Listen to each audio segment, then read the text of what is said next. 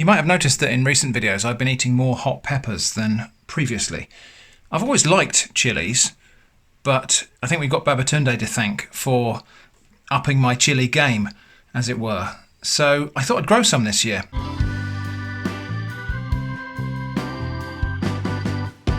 So I've got this packet of seeds, which is Pepper Hot Caribbean blend. So it's a mixture of different chilies. Looks like we've got Scotch bonnets in there, or they might be habanero, and some long red, and looks like maybe some different coloured varieties as well. We won't know until they grow what exactly we've got in here. I've prepared a tray of seed compost. Let's just have a look and see what we've got inside this packet of seeds. Little foil sachet inside. So it says, sow from February to April in pots or trays of seed compost, sow thinly with a fine layer of compost on top. And then we've got to keep them warm because they do actually need heat to germinate. Let's tip out the seeds and see how many we've got in the pack, because I don't know that I'm going to have enough to fill all of these trays. So I have got a plan B here as well. Okay, so that many seeds. Looks like about maybe 20, maybe 25, 30 seeds. Less seeds than we've got space for here, but that's good. I've got a plan. I'm actually only going to sow one seed in each module here, just to keep things nice and simple. That might well mean that we get some modules with no plant in them at all, but I think that's going to be an easier thing to deal with than separating seedling plants. I always find that I feel like I'm damaging the roots when I prick out seedlings. So just checking you can see what I'm doing. So I'm just going to sow one seed into each of these modules. Yeah, so we've got 4, 6, 8, 10, 20, 32 seeds we had in that pack, which leaves me with 8 spaces left. But I've also got this, which is a bird-eye chili from when I did the chili seeds versus pith video. And so if we I just left it on the windowsill and it's dried out completely. And so in there, more seeds in one chili there than we had in this packet of mixed seeds. So I'm paying for the variety here. Now, of course, we don't know whether this chili was an F1 hybrid or not, so there is a risk that these seeds will not come true. It may not produce a plant with exactly the same fruit as the parent, but I think it's a chance worth taking. So I'm going to sow 8 of those, and that's all, because I've still got the mixture anyway, so hopefully I'll have up to 8 bird-eye chili plants as well. Normally you just cover those with a little bit more compost and then water them. I'm actually just going to push them down into the soil gently like this, just pushing them out down to about 2 times their own depth. Just push them down into the soil like that, and then we can just smooth it over the top. It's just easier than scattering another fine layer of soil over the top of that. So we'll do that all the way along.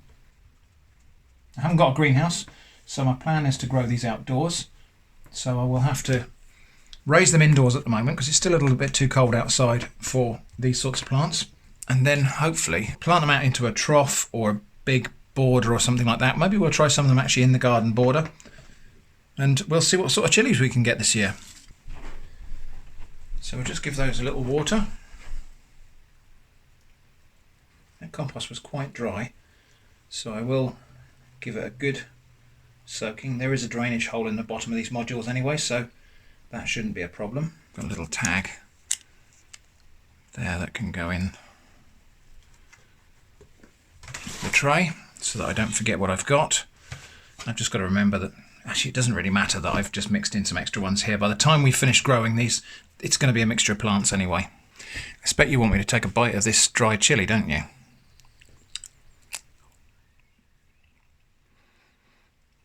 That's quite hot. Yeah. Oh, nice and sweet though. I'm also going to put in some sticks here. So we'll put plastic over the top of that, and then we'll be back in a week or two, hopefully, to see some young plants. For lunch today, I've got a nice pork schnitzel, some bubble and squeak, and baked beans.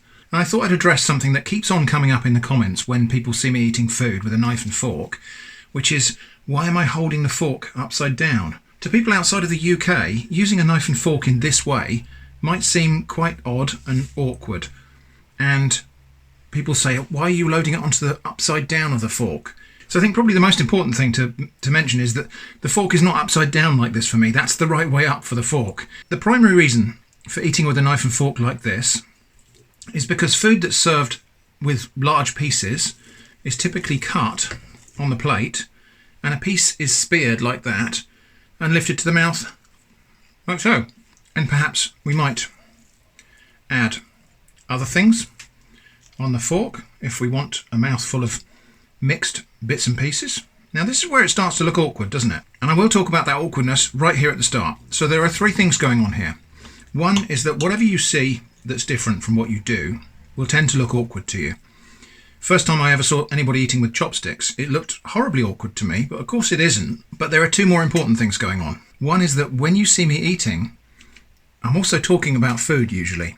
And that's like walking and chewing gum. It's two things to do. So I'm trying to cut the food and get it on my fork at the same time as thinking about what I'm saying. My concentration is not completely on my food, and that's not always a recipe for 100% coordination. The other thing is that because of the way I film things here, you've got a camera here that's looking straight down my plate.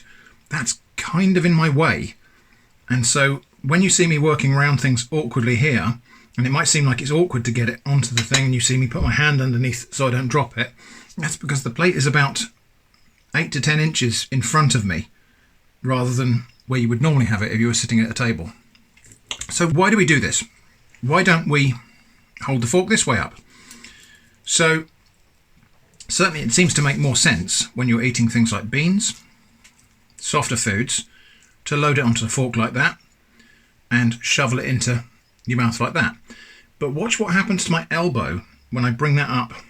My elbow has to go out to get that level to my mouth. And half of it just fell off as well. I mean, sometimes with a food that is very loose, I will tend to pick it up and do that with it. So if I'm eating a curry with rice, perhaps, where nothing needs cutting up, I may only use a fork. Although the question must be asked, if you're going to use a fork like this, wouldn't a spoon be better? Now there's also the thing about, well, what if you just cut everything up on the plate and then switched hands so you can use the fork to spear things or pick things up? But from a UK perspective, that kind of thing is sometimes viewed as is what kids do. That mum cuts up food for the kid so they don't have coordination issues. I think it's important not to try to make any value judgments here, because it's very easy to look at the way that somebody else does a thing and think your own way is superior.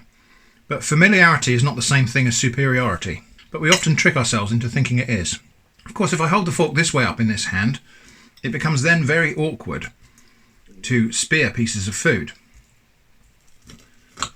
Nearly impossible, in fact. So I suppose I could hold the fork like this and spear pieces of food and cut them, but that, again, I'm sure you could probably learn to do it. The point is, there is a huge inertia of tradition behind this.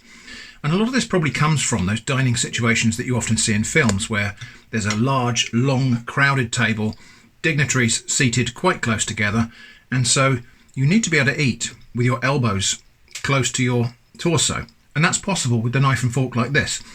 So actually, if you've got an in-flight meal, if those things exist, on planes, if those things still exist, then often eating like this is how you'll be able to get the food to your mouth without elbowing the passenger next to you. If you try to do it like so, then lifting the food to your mouth necessitates that you elbow. Oh, I've done it again. You can see that that is more awkward for me. I've made a mess of my shirt now. I'm going to have to change my shirt. So I hope that goes some way to explaining what you're seeing in these videos. If it appears awkward, it's for two main reasons. One is that it's unfamiliar to you, but also it's because I'm filming a video at the same time as eating my meal, and various things are in the way of doing that. I think a lot of it stems back to the idea that when you see someone doing something differently to the way you normally do it, that you have an instinctive reaction to try to fix it. When in reality, no such fix is actually required, and in fact your interference is probably not going to be very welcome. Very often the way things are done is based on a whole bunch of cultural inertia and background. For example, when we come back to food and knives and forks and chopsticks and so on, there's a whole web of interdependencies between the way food is prepared, the expectations of the diner, and the utensils that are used to eat it. And to an outsider, it often just looks weird and wrong, but that is almost entirely an issue of perspective, not value. This is my Loquat seedling that I built a little cover for to get it through the winter, and I've got a feeling it needs a little bit of TLC. So let's get it uncovered and have a look.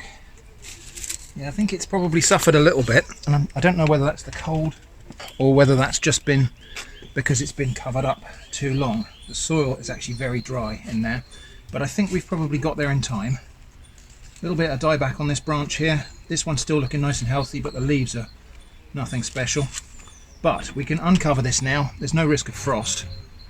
Give it a good water, get it out in the fresh air, and hopefully it will bounce back.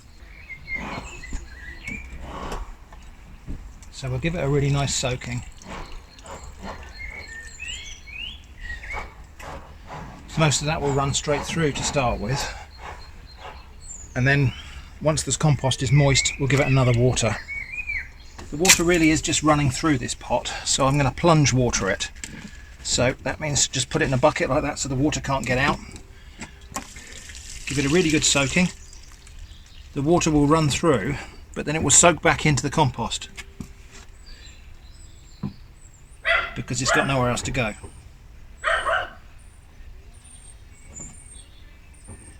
I won't leave it like that for long, just really until it's had a good chance to soak up some water into the compost and rehydrate it all. Eva, be quiet. And then we can just stand it out and treat it normally. Okay, today's recipes are kind of a bit of a fever dream, really. I had this idea the other day of making a quiche in the crust of a loaf of bread. Not a new idea. Other people have done that before. But as I kind of chewed over the idea, I kept on thinking, oh yeah, but what about if I added this and that and other bits and pieces as well? And in the end, I've ended up with something that's, I think, is probably horrifically complicated, probably got too many ingredients, might not even be very nice, because of the huge mess of different flavours and components that I'm going to add to this. But I've got to kind of make this to get it out of my head. So here's the plan. It's going to be the crust of a loaf of white bread. It's going to have tomatoes brushed onto the bottom there. It's going to have a layer of sliced sausages on top of the tomato. It's then going to have wild garlic on top of that. And then I'm going to add back the crumb that came out of the bread here, the white crumb mixed with egg and chilli. So that's a kind of piece on the top there. Actually, the sides might be just have to be deeper. So that's going to be breadcrumbs, egg, chilli, and then to finish it off, I want to do a kind of Welsh rarebit top. So Welsh rarebit is like a cheesy velouté sauce made with beer and then baked. So the whole thing's going to be baked until the egg sets and the Welsh rarebit crisps up and goes all bubbly. Like I say, I think it's going to be a bit of a hodgepodge, but I have to make this to get it out of my head. If I don't do this, I'm just going to keep on adding layers and layers until it becomes completely unmanageable. It's at the point now where I could make this, so I'm going to make it today to get this idea out of my head, satisfy my curiosity about what this will be like to eat, and who knows, we might invent something kind of interesting here. So first things first, we've got to go and get some wild garlic. I'm just down by the stream and I can see a lovely little patch of wild garlic just over there. So let's go and pick a bit of that. This is wild garlic. This is a plant we call ramsons, Allium ursinum, and at this time of year, early spring, it's really, really young and fresh, nice little tender leaves. So we'll pick a few of those. I'm just going to pick them at random from different plants across the patch. This won't actually harm the plants at all. You can see all these tiny little seedlings here that are growing. This plant is incredibly invasive, and picking a few leaves here and there will not do it any harm at all. It will recover completely from that. I'm going to put the camera away now so I can use both hands, and we'll come back in a moment. Okay, so we've got some lovely wild garlic here, and oh, it just smells fantastic. It's got such a fresh and enticing garlic aroma. Really, really good. Now, it's always important to be careful when picking any wild plants, but especially at this time of year, early spring, and I'll show you why. So down here we've got, that's the wild garlic. Over there, that's bluebells, and those are poisonous. And then over here we've got wild arum, which looks quite similar to the wild garlic. If you were to just grab handfuls of leaves and chuck them in the basket, you would likely pick some of that, and that's poisonous too. So you might be asking yourself, okay, how can it be possibly safe? Well, the answer is, I'm very familiar with this plant. I've been picking it for years and years. I know this area, so I know this is wild garlic, and I know there's no lily of the valley or anything else mixed in here. And I'm being very careful to pick the right things, not the wrong things. So it does take a bit of care. There are risks if you're careless. So yeah, just wanted to say that really. There's the wild garlic I picked, and it's lovely. I love it when it's this fresh, because the leaves are kind of squeaky when you handle them. Anyway, going to give that a really good rinse and check it over just to make sure I haven't picked up something that's not wild garlic. So I'll give that a rinse first, let that water loosen any dirt that's on there, and then we'll give it another wash in a minute, then drain. Meanwhile, I've got this for the sausage layer. This is hog's pudding. Similar to Irish white pudding, this is from the West Country. It's a pork sausage that's been boiled inside this casing. So, we need to take the casing off. And it's going to need frying up. Now, it might seem a bit weird that this is called a pudding, but, well, for one thing, the word pudding has almost an infinite number of meanings in British English. But the other interesting thing is that this is pretty much the origin of the word pudding. The word pudding comes from the French boudin, which is like a kind of a sausage that's steamed or boiled in the casing. Anyway, slice that all up, and then I'm going to fry that just to brown it off. We've got a tomato here that I want to peel, so I'm going to put that in hot water. And this is the loaf of bread I'm going to use. I bought this the other day, so this has been in the cupboard for a couple of days, which means it's not exactly stale, but it's firmed up a little bit. So not the freshest loaf of bread. And I'm just going to very carefully cut off the top there. So yeah, actually still quite fresh and soft inside. Not going to waste that bit. Now I need to remove the crumb from the bread, and I'm going to blend that up to breadcrumbs. So I'm going to actually pick it out and put it straight in the food processor. Now we may not actually use all of this bread when we put it back in. We'll see how it goes. So this is much like carving a wooden spoon actually. You have to stop every now and again and have a feel at the thickness of what you're creating here. And I reckon that'll probably do it. That sausage is now crisp on both sides, so I'm going to turn that off, and when it's stopped sizzling I'm just going to take that out and let it drain so we can get the fat off of it. This tomato we should find now, yeah, because it's been sat in boiling water for just a few minutes, that skin comes right off. Bit of overkill really to do that in the food processor, so I'm just going to chop up this tomato on the board like this. Just really bashing it down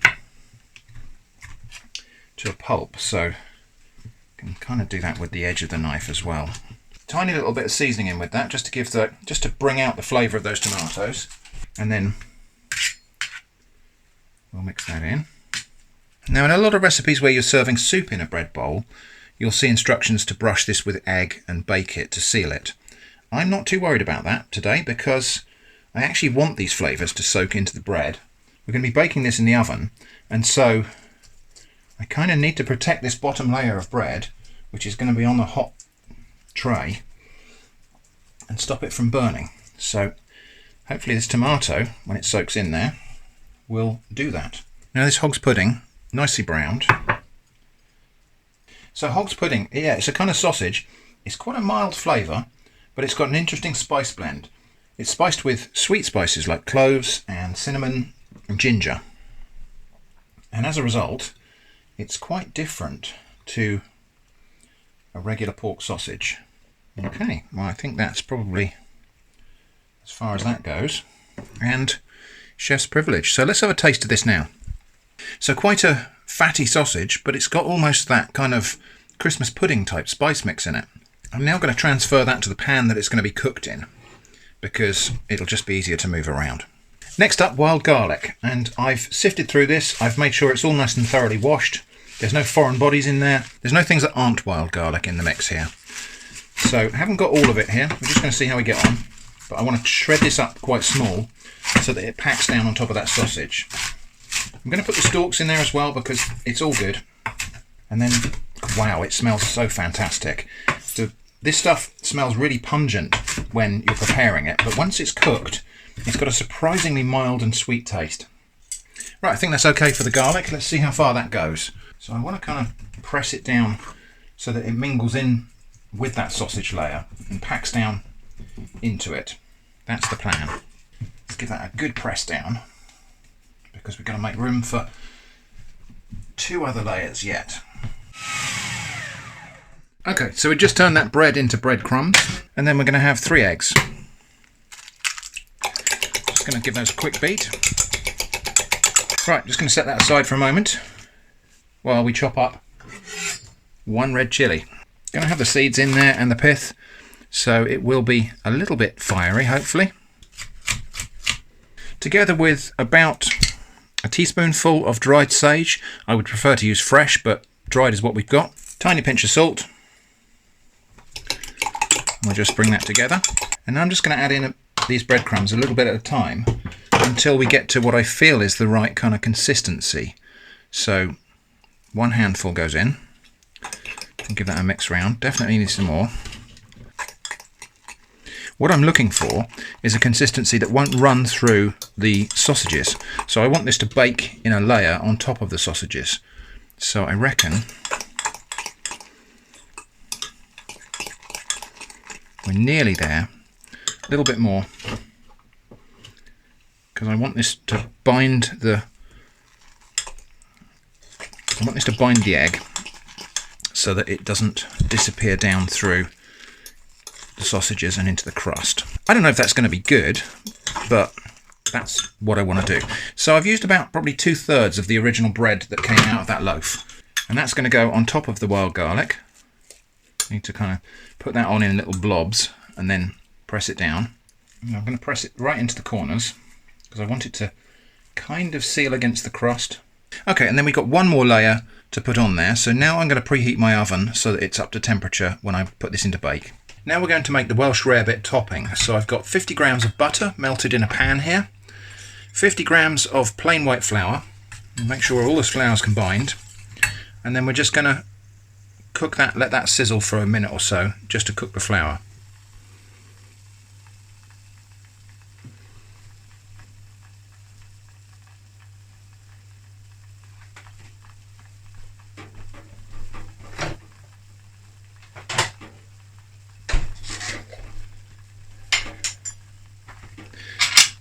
Normally in a Welsh rarebit you'd use English mustard for the top crust, but I'm going to use whole grain mustard. So I'm going in with about 2 heaped teaspoons full of whole grain mustard, and we'll just combine that in. And now we're ready for some liquid in there. Now I'm just going to turn that off so I can talk for a moment. So if we were going to make that into a cheese sauce or a bechamel, we would be adding milk at this point, maybe some spices and herbs and things as well. If we're going to make that into a velouté, we'd be adding stock. But because we're making Welsh rarebit, we're going to be adding beer. So I've got a very nice beer here, Hatherwood Winter Special. Probably about half of this beer, so probably about 250 ml of beer. Disaster struck there, and the camera wasn't rolling while I was thickening this sauce, but all I've actually done here is really poured in about 1/4 of this beer and then whisked it while it thickened. And then I've gone up to about half of the bottle of beer. So 250 ml of beer. I'm making a real mess of the cooker here, but it's my job to clear it up. Okay, that's thickened really nicely. I'm going to turn the heat off because we need to get some cheese in there now. And the cheese I'm using is about 100 grams of mature cheddar.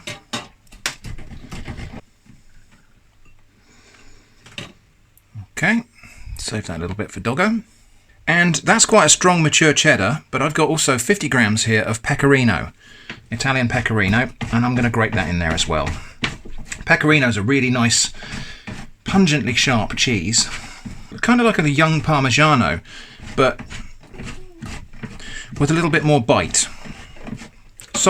Softer, but instead of this kind of nuttiness that you get with Parmigiano, it's got a real zing to it. Okay, so that's about 50 grams because the whole chunk was about 60. Right, so that's my cheese. Quite a lot of cheese, but it will disappear down as it goes into the sauce. We're also going to need in here about a tablespoon or two of Worcestershire sauce. That looks about right. Just going to carefully mix that in. We want some black pepper. And whilst this is a sauce, you can see how thick that is, and this cheese is going to make it even thicker. So let's go in with about half the cheese. That's good, that's melting in okay. Let's get the other half of the cheese in there. So that might seem like we haven't really made a sauce there, we've made more of a dough almost, but that's what I wanted. I don't want this to run off the top of the pie.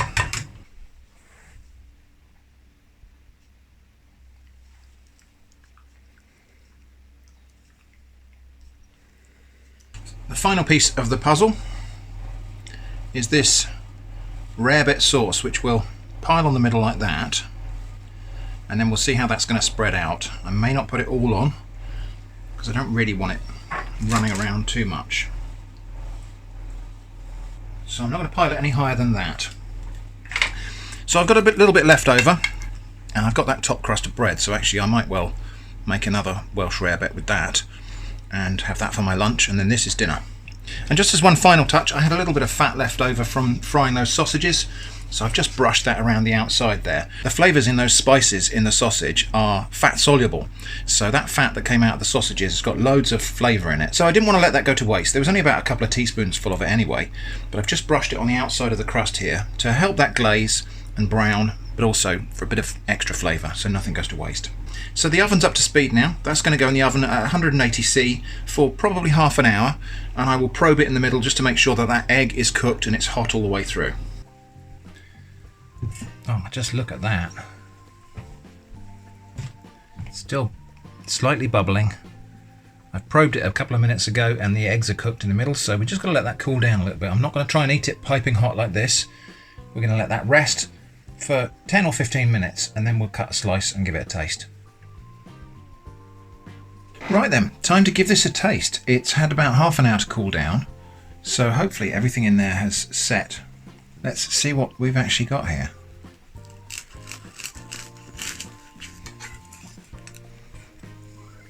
Wow, I'm quite pleased with the look of that. So yeah, it looks everything I hoped it would be. I guess now we just got to see what it tastes like.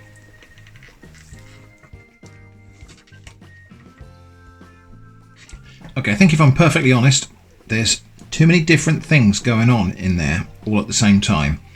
There's the chili spice, there's the mustard. There's a lot of different flavours all going on in there at once. And I've got a feeling it might just be too many. The chili and the egg is really good.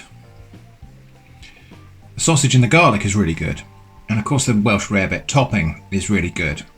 But altogether, 2 out of 3 of those things, rather than 3 out of 3 of those things, would have been better. Yeah, that was an interesting experiment, but not, I would say, a success. There's just something missing here, or something about this that doesn't quite come together, and can't quite put my finger on what it is. But it was an interesting experiment, and a big part of the benefit is now I don't have to wonder about it anymore.